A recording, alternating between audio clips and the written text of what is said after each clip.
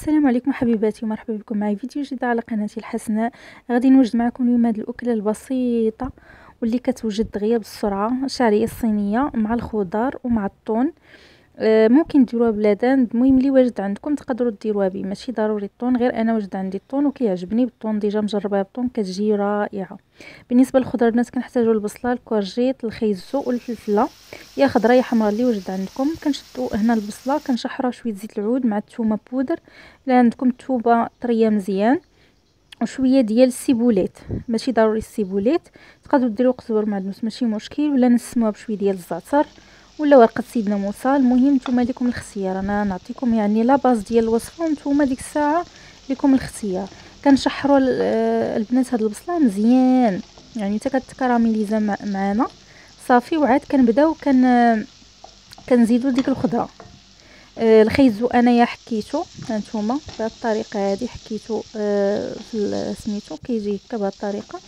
كنزيدو على تالي باش كيطيب مزيان صافي، وكنبداو نزيدو الكورجيط، كنقطعوها رقيقه البنات باش طيب مزيان، وكنزيدو هذه الفلفله. بالنسبه للتوابل عندي هنا نويبيره البنات، معلقه صغيره ديال النويبيره، عندي الخرقوم يابس، كنطيب بزاف الخرقوم يابس زوينه البنات، راه فيه بزاف الفوائد.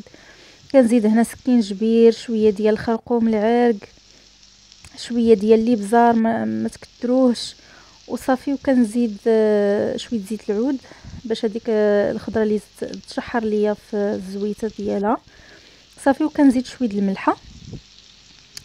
بالنسبه للشعريه الصينيه البنات راه كتحتاج الملحه، غير باش نقول لكم هنا درت صوص ترياقي زوينه، هاد لاصوص زوينه في بحال هاد الاكلات، كتجي زوينه في الحوت، في البسطيلات، بزاف ديال سميتو ديال الاكلات.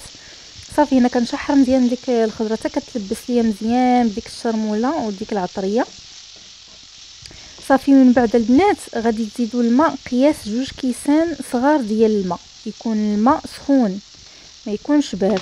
تزيدوا الماء هانتوما، انا درت هنا الكاس الاول وزدت مازال الكاس الثاني، وغادي تغطيو عليها وتخليو هاد الخضره طيب تقريبا واحد 15 حتى ل 20 دقيقه صافي. هنا كنشد الماء كنسخنو فاش غادي نسلق هذيك الشعريه الصينيه.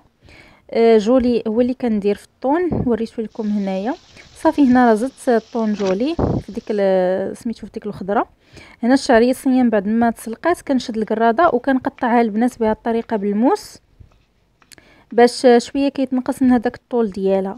فوالا كنقطعها هكا مزيان وكنبدا كنلوح في المقله اللي فيها الخضره. هنا الخضره طابت معايا وطفيت عليها هانتوما شفتوا، كنزيد شويه بشويه ديك الشعريه صافي. من بعد كنخلط داكشي مزيان وكنشوف قياس الملح، لان كما قلت لكم هاد الشعريه الصينيه بحال الروز يعني كتحتاج شويه ديال الملح صافي. كتزيدوا قياس الملح اللي غادي تحتاجو صافي، وكتجي البنات بهذا الشكل هذا، راه كتجي رائعه. زدت عليها انا هنا الفرماج محكوك، كتجي روعه يا البنات. جربوها بهذه الطريقه اللي عطيتكم انا، وماذا لو كان عندكم هاد المقادير بالضبط اللي عندي، يعني بحال الترياقي نويويره، كيجي صراحه واحد المذاق رائع. كنتمنى الوصفه ديالي ما تكون نالت الاعجاب ديالكم، ما تنسونيش من الدعم ديالكم. نتلاقاو ان شاء الله في فيديو ما جاي، تهلاو ليا في راسكم ومع السلامه.